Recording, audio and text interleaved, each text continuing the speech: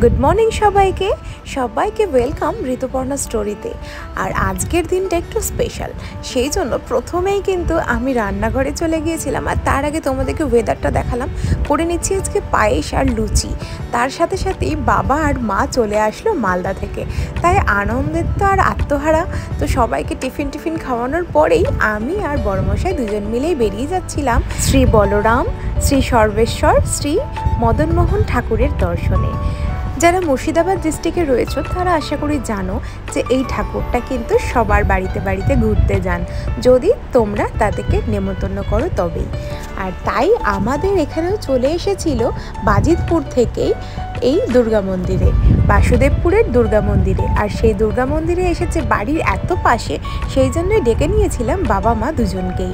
আর বাবাও ঠিক সময় মতো এসে ঠাকুরকে প্রণাম করতেও চলে গিয়েছিল। আর এরপরেই শুরু হলো এখানকার গান কীর্তন।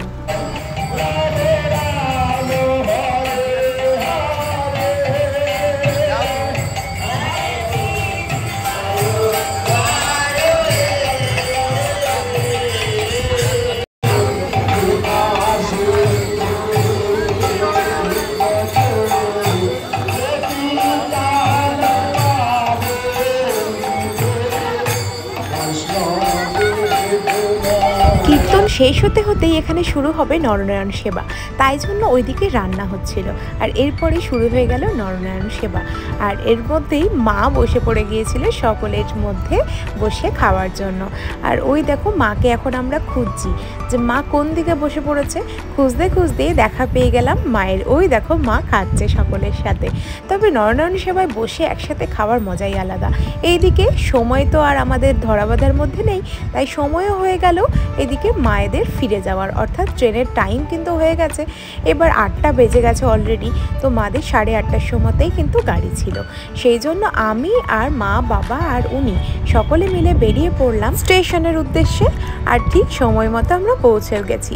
আর পৌঁছানোর পরেই যেই আমরা প্ল্যাটফর্মে ঢুকেছি, ট্রেনও ঠিক একদম সঠিক সময়ে এসে হাজির।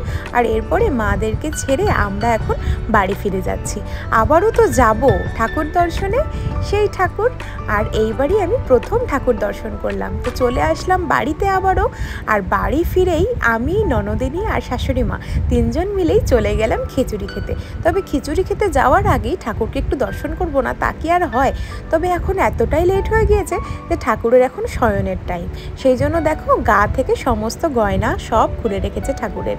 আর এরপরই ঠাকুরকে দর্শন করেই আমরা আবার বসে পড়লাম খিচুড়ি ভোগ খেতে। তবে নরনারায়ণ সেবার খিচুড়ির ভোগের আলাদাই কিন্তু টেস্ট হয়। দেখো কত সারি সারি লোক বসেছে এই নরনারায়ণ সেবায়। ঠাকুরের মাহাত্ম্য তো আছেই, বলো, নইলে কি খিচুড়ির স্বাদ কি অমৃতর মতো হয়।